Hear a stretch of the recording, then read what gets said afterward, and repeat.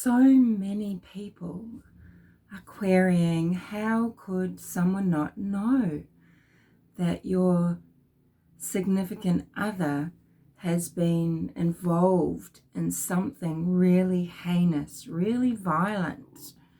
What must life be like with this person?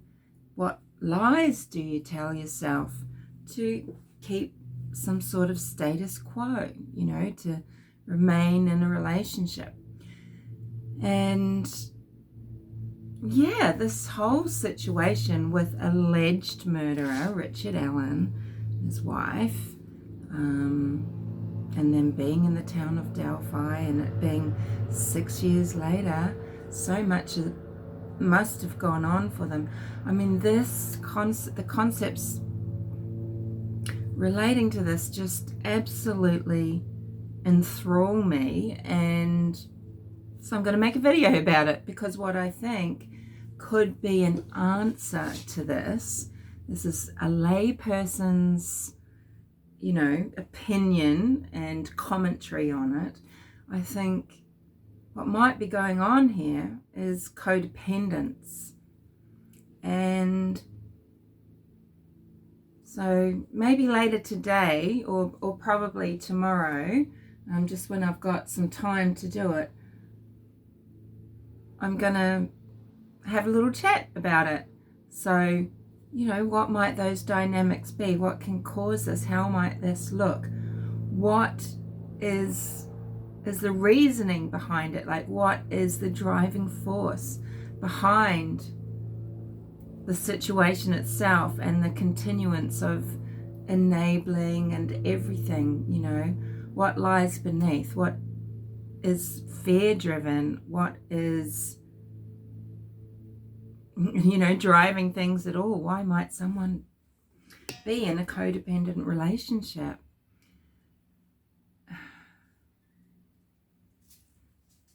The townsfolk of Delphi, and especially the families, they have to be dealing with a lot of anger right now, right? So the lighting's really bad, and they have to be dealing with a lot of anger, right?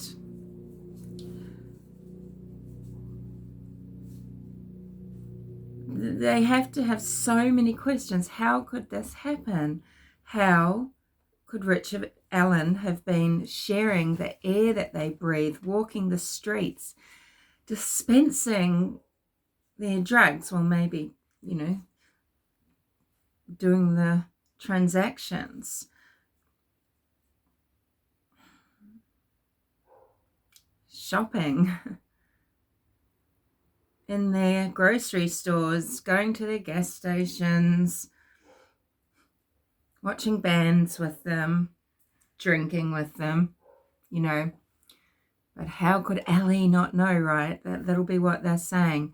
That they're going to be furious. So, and what is going to transpire? Is that going to damper the fury, or is it going to be like throwing gasoline into the embers? Because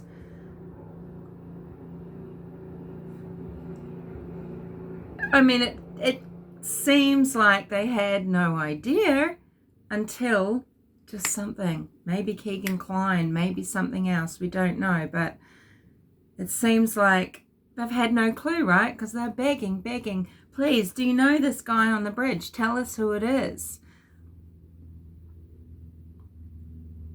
Maybe that was just a ruse in a way, because they just need someone to break an alibi of the person on the bridge, and maybe they knew who it was or suspected.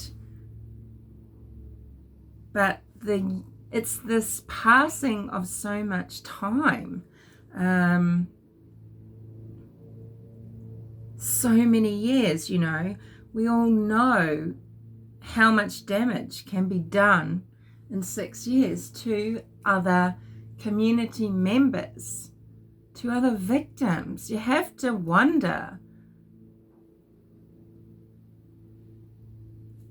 was the perpetrator too frightened now with all the attention to continue on committing crimes? Or did they get a sense of confidence because they weren't caught, or did they get overwhelmed with the addiction of everything, right? If, say, CP, and CSAM is involved, right? Is the complexity of it that Doug Carter talks about, is that because it's suspected that images were taken and sold or passed on of the crime scene? Is that why it's so sensitive? Because there is some really, there's just this like a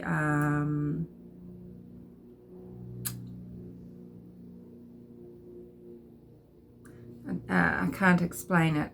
I had the word, but it's gone. Sorry, I'm very tired.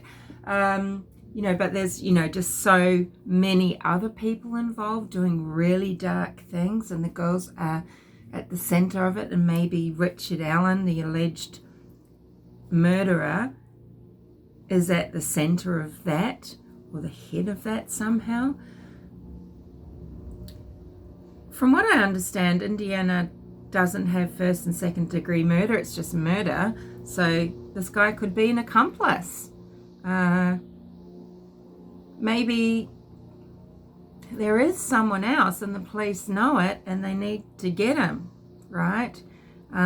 Just with using my eyes, my senses, I can see, just in my opinion, I see that Richard Allen is the person on the bridge. And if the person on the bridge, known as BG, I like to call him the bridge troll, is the killer, then it's Richard Allen, right? And now the cops, the authorities, the prosecutors have to just go ahead and prove this in court. And we could be in for years of ups and downs, years of trials and retrials and appeals. Just look at what's happening with Vallow and Stalk, and the shenanigans that people get away with when they're up on trial for murder, messing around with mental health issues and things like that. So anyway, it was just to say, look, I really think an explanation, it's not an excuse, it's an explanation, might be codependency.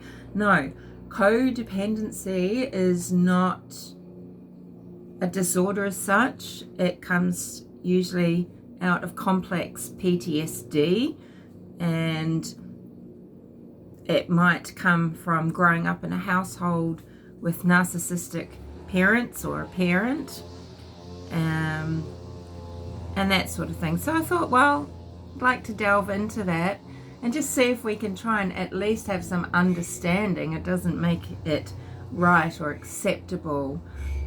And maybe it doesn't even mean that there's no legal ramifications, right? But I think it's so important just to try and really understand things. It's just one idea. Of course, the other options are that Kathy Allen literally does have no idea. But I can tell you there's some behaviors that I have seen that make me think this.